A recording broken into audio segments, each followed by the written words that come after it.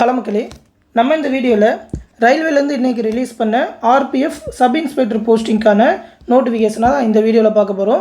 ஏற்கனவே காலையில் பார்த்தீங்கன்னா கான்ஸ்டபிளுக்கான நோட்டிஃபிகேஷன் பார்த்துட்டோம்.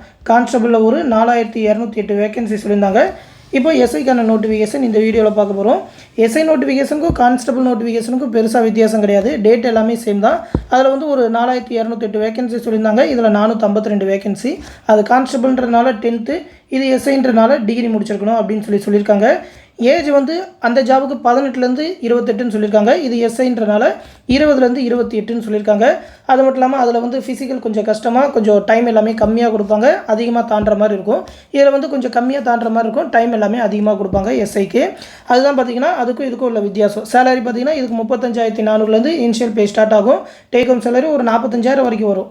ஆனால் கான்ஸ்டபிளுக்கு பார்த்திங்கன்னா இனிஷியல் பே 21,000 ஸ்டார்ட் ஆகும். டேக் ஹோம் சேலரி வந்து ஒரு 30,000 வரைக்கும் வரும், அலவன்ஸ் எல்லாமே சேர்த்து.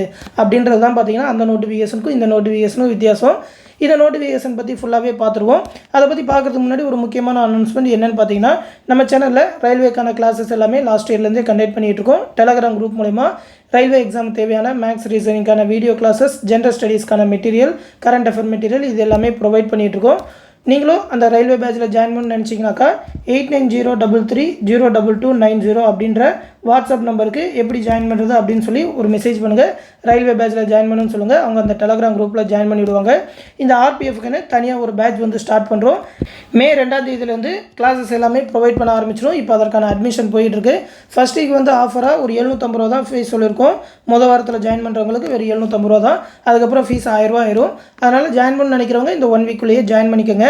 இந்த கிளாஸஸ்லேயே பார்த்தீங்கன்னாக்கா மேக்ஸு, ரீசனிங், அது மட்டும் இல்லாமல் ஜென்ரல் ஸ்டடீஸ் தேவையான material and video classes, current அஃபேர்க்கான மெட்டீரியல்ஸ் இது எல்லாமே ப்ரொவைட் பண்ணிடுவோம்.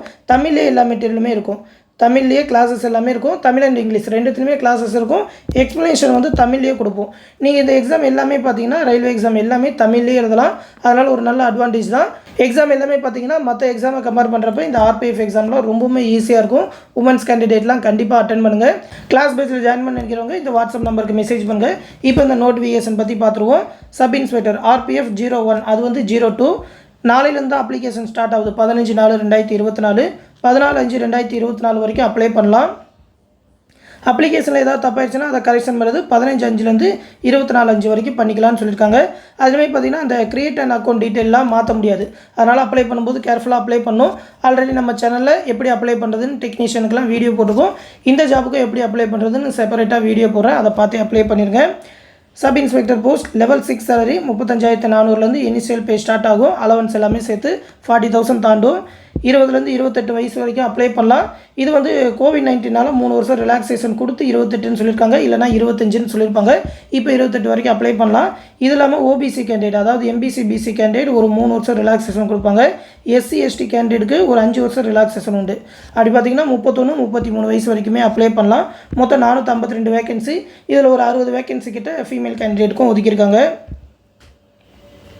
அந்த அப்ளை பண்ணுறப்ப அந்த கிரியேட் அண்ட் அக்கௌண்ட் டீட்டெயிலாம் மாற்ற முடியாதுன்னு சொல்லியிருக்காங்க. அதை கரெக்டாக கேர்ஃபுல்லாக பார்த்துக்கோங்க. ஏஜ் லிமிட்டை பொறுத்த வரைக்கும் 20லேருந்து 28.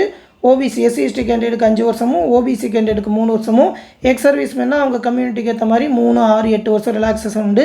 ஃபீமேல் கேண்டிடேட்லேயே விடோ டைவர்ஸ் உமன்ஸ்க்குலாம் பார்த்திங்கன்னா அவங்க கம்யூனிட்டிக்கு ஏற்ற மாதிரி 2 வருஷம், 5 வருஷம், 7 வருஷம் ரிலாக்ஸேஷன் உண்டு. அது இல்லாமல் எக்ஸ் சர்வீஸ்மேன் இல்லாமல் வேறு ஏதாவது சென்ட்ரல் கவர்மெண்ட் எம்ப்ளாயாக இருந்தீங்கனாலும் உங்களோட கம்யூனிட்டிக்கு ஏற்ற மாதிரி ரிசர்வேஷன், அந்த ஏஜ் ரிலாக்ஸேஷன் உண்டுன்னு சொல்லியிருக்காங்க. எந்த டேட்டுக்குள்ளே பிறந்திருக்கணும் பார்த்தீங்கன்னா 1/7/2004க்கு முன்னாடி பிறந்திருக்கணும். அதுக்கப்புறம் அன்ரிசர்வ்டு இடபிள்யூஎஸ் கேண்டிடேட்னா 2/7/1996க்கு அப்புறம் பிறந்திருக்கணும். ஓபிசி கேண்டிடேட் 2/7/1993க்கு அப்புறம் பிறந்திருக்கணும். எஸ்சி எஸ்டி கேண்டிடேட் 2/7/1991 1991க்கு அப்புறம் பிறந்திருக்கணும் அப்படின்னு சொல்லி அந்த டேட் கரெக்டாக மென்ஷன் பண்ணியிருக்காங்க. இந்த டேட்டுக்குள்ளே நீங்கள் இருக்கீங்களா அப்படின்னு சொல்லி கரெக்டாக பார்த்துக்கோங்க. ஃபீஸை பொறுத்த வரைக்கும் எஸ்சி எஸ்டி கேண்டிடேட்டுக்கு 250 ரூபா சொல்லியிருக்காங்க. நீங்கள் அந்த சிபிடி எக்ஸாம் அட்டன் பண்ணிட்டீங்கன்னா இந்த 250 ரூபாயை ரிட்டர்ன் பண்ணிடுவாங்க. அதர்ஸ் கேண்டிடேட்டுக்கு 500 ரூபா ஃபீஸ் சொல்லியிருக்காங்க. நீங்கள் அந்த சிபிடி அட்டன் பண்ணிட்டீங்கன்னாக்கா 400 ரூபா உங்களுக்கு ரீஃபண்ட் பண்ணிடுவாங்க. அதர்ஸ்னால் ஜென்ரல், ஓபிசி கேண்டிடேட் எல்லாருக்குமே 400 ரூபா ரீஃபண்ட் பண்ணுவாங்க. அப்ளை பண்ணும்போதே உங்களோட அக்கௌண்ட் டீட்டெயிலாம் கொடுக்கணும். அந்த அக்கௌண்ட்டுக்கு தான் அவங்க ரீஃபண்ட் பண்ணி விடுவாங்க. அடுத்து எக்ஸாம் பேட்டர்ன் பார்த்திங்கன்னா ஒரே ஒரு சிபிடி எக்ஸாம் தான், அந்த கான்ஸ்டபிள் மாதிரி தான். அதுக்கப்புறம் physical efficiency, physical measurement test வைப்பாங்க. டாக்குமெண்ட் வெரிஃபை பண்ணிவிட்டு செலெக்ஷன் முடிஞ்சது. சிபிடி எக்ஸாம் பொறுத்த வரைக்கும் அதே மாதிரியே தான் 90 நிமிஷம் 120 கொஸ்டின் தான் கான்ஸ்டபிளுக்கு இருக்கிற மாதிரியே தான். ஆனால் கான்ஸ்டபிளுக்கு 10th லெவலில் கேட்பாங்க. இப்போ எஸ்ஐக்கு வந்து கிராஜுவேஷன் லெவல் அப்படின்னு சொல்லியிருக்காங்க. கிராஜுவேஷன் லெவல்னால் ஒன்றும் வித்தியாசம் கிடையாது. கால்குலேஷன் பெருசாக இருக்கிற மாதிரி சொல்லுவாங்க. நம்ம படிக்கும்போதே பார்த்தீங்கன்னா A to Z தான் படிக்கிறோம். எல்லா விதமான shortcut A to Z answers and question தான் பார்க்குறோன்றனால நீங்கள் அதே டாபிக் படித்தாலே போதும். அரித்மெட்டிக்லேருந்து தான் கேட்குறாங்க. அதாவது பார்த்தீங்கன்னா அந்த அல்ஜிப்ரா, ட்ரிக்னாமெட்ரி, ஜாமெண்ட்ரி அந்த மாதிரியான கொஸ்டின்லாம் வராது. நார்மலாக இருக்கிற மேக்ஸ் கொஸ்டின் சிம்பிளான டாபிக்ஸ் தான் உண்டு. இந்த சிலபஸ் பற்றிலாம் தனியாக ஒரு வீடியோ போடுறேன். பிடிஎஃபாக ரெடி பண்ணி தமிழ்லையும் சிலபஸ் எல்லாத்தையுமே அப்லோட் பண்ணுறேன். தொடர்ந்து நம்ம சேனலில் வாட்ச் பண்ணிக்கோங்க. அது மட்டும் இல்லாமல் ரீசனிங்லேருந்து ஒரு 35 கொஸ்டின், ஜென்ரல் அவேர்னஸ்லேருந்து ஒரு 50 கொஸ்டின் சொல்லியிருக்காங்க. ஜென்ரல் அவேர்னஸ்னால் அந்த ஹிஸ்ட்ரி, பாலிட்டி, எக்கனாமிக்ஸ், அந்த ஜென்ரல் சயின்ஸ், அது இல்லாமல் கரண்ட் அஃபேர்ஸ் இதுலேருந்து கொஸ்டின் வரும். ஒரு 50 கொஸ்டின் கேட்டிருக்காங்க. எல்லாமே நீங்கள் தமிழ்லேயே எழுதலாம். ஒரு 17 லாங்குவேஜில் எக்ஸாம் கண்டக்ட் பண்ணுவாங்க. நமக்கு தேவையான மாதிரி தமிழ் அண்ட் இங்கிலீஷ்லேயே எழுதலாம். அதுக்கப்புறம் physical efficiency test, physical measurement test. Physical எஃபிஷியன்சியை பொறுத்த வரைக்கும் மேல் கேண்டிடேட்டுக்கு 1600 மீட்டர் 6 நிமிஷம் 30 செகண்ட்ஸில் ஒன்றும். இதுவே கான்ஸ்டபிள்னாக்கா 5 நிமிஷம் 45 செகண்டுன்னு சொல்லியிருப்பாங்க. எஸ்ஐன்றனால 6 நிமிஷம் 30 செகண்ட் வரைக்கும் கொடுக்குறாங்க. லாங் ஜம்பை பொறுத்த வரைக்கும் 12 அடி தாண்டினா போதும். இதுவே கான்ஸ்டபிள்னாக்கா 14 ஃபீட் சொல்லியிருப்பாங்க. அதே மாதிரி ஹை ஜம்பில் 3 ஃபீட் 9 இன்ச்சு, கான்ஸ்டபிள்னாக்கா 4 ஃபீட் சொல்லியிருப்பாங்க. இதுதான் அந்த கான்ஸ்டபிளுக்கும் அந்த எஸ்ஐக்கும் உள்ள வித்தியாசம். ஃபீமேல் கேண்டிடேட்டை பொறுத்த வரைக்கும் 800 மீட்டர்ஸ் 4 மினிட்ஸில் ஓடணும். லாங் ஜம்புக்கு வந்து 9 ஃபீட்டு, ஹை ஜம்புக்கு வந்து 3 ஃபீட் அப்படின்னு சொல்லி ஃபீமேல் கேண்டிடேட்டுக்கு வச்சுருக்காங்க. அடுத்து அந்த ஃபிசிக்கல் மெஷர்மெண்ட்டை பொறுத்த வரைக்கும் அன்ரிசர்வ்டு எக்கனாமிக்கலி வீக்கர் செக்ஷன் ஓபிசிக்கெலாம் பார்த்தீங்கன்னா மேல் கேண்டிடேட் 165 சென்டிமீட்டர் இருக்கணும், ஃபீமேல் கேண்டிடேட் 157 சென்டிமீட்டர் இருக்கணும். ஹைட் அந்த ஜஸ்ட் மெஷர்மெண்ட்லாம் எந்த விதமான வித்தியாசமும் இல்லை. நம்ம தமிழ்நாடு பிசிக்கு கேட்குறத விட ஒரு 5 சென்டிமீட்டர் கம்மியாக தான் கேட்குறாங்க ரயில்வேக்கு. எப்பவுமே ரயில்வே கம்மியாக தான் கேட்பாங்க.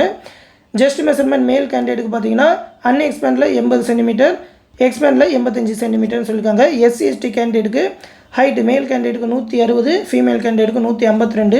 ஜஸ்ட் மெஷர்மெண்ட் மேல் கேண்டிடேட்டுக்கு 76.2 அன்எக்ஸ்பேண்டில், எக்ஸ்பேண்ட் ஆகிறப்ப 81.2 அப்படின்னு சொல்லியிருக்காங்க. அப்ளை பண்ணுறது rrbchennai.gov.in வெப்சைட்டில் தான் அப்ளை பண்ணணும். நீங்கள் வேறு ஜோன் வெப்சைட்டில் அப்ளை பண்ணாலும் அதில் ஜோன் செலக்ட் பண்ணுறப்ப சென்னை அப்படின்னு சொல்லி செலக்ட் பண்ணிக்கலாம். நீங்கள் மற்ற ஜோனுக்குமே அப்ளை பண்ணலாம். மற்ற ஜோனுக்கு அப்ளை பண்ணிங்கன்னா அதர் ஸ்டேட்டில் தான் உங்களுக்கு ஜாப் இருக்கும். சென்னை செலக்ட் பண்ணிங்கன்னா சென்னைக்குள்ளேயே உங்களுக்கு ஜாப் இருக்கும். சேலரி வந்து 35,400 பே லெவல் சொல்லியிருக்காங்க. கிராஜுவேட் ஃப்ரம் ரெகக்னைஸ் யூனிவர்சிட்டின்னு சொல்லியிருக்காங்க. ஏதாவது ஒரு டிகிரி போதும், எந்த டிகிரினாலும் ஓகே தான்.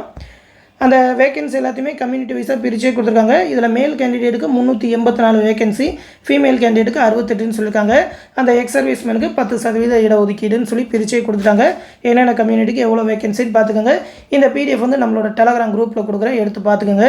தொடர்ந்து இந்த எக்ஸாம் பற்றி வேறு ஏதாவது அப்டேட் வந்ததுன்னா கண்டிப்பாக நம்ம சேனலில் தெரிவிப்போம். அந்த அப்டேட் எல்லாத்தையுமே தொடர்ந்து தெரிஞ்சுக்க நம்ம சேனலையும் சப்ஸ்கிரைப் பண்ணி வச்சுக்கோங்க. நம்ம சேனலோட அந்த ரயில்வே டெலகிராம் கிளாஸில் ஜாயின் பண்ண நினைக்கிறவங்க 8903302290 அப்படின்ற வாட்ஸ்அப் நம்பருக்கு ரயில்வே கிளாஸில் ஜாயின் பண்ணி மெசேஜ் பண்ணுங்கள். அந்த டெலகிராம் குரூப்பில் ஜாயின் பண்ணி விடுவாங்க. அவங்க அந்த ப்ரொசீஜர் எல்லாமே சொல்லுவாங்க, ஃபீஸ் எப்படி பே பண்ணுறதுன்னு.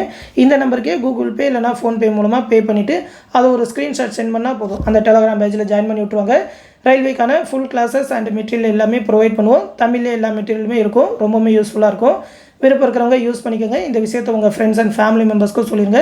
எந்த டவுட்னாலும் இந்த நம்பருக்கே கேட்டு தெரிஞ்சுக்கோங்க. அடுத்து இன்னொரு முக்கியமான அப்டேட்டோடு சந்திப்போம். நன்றி.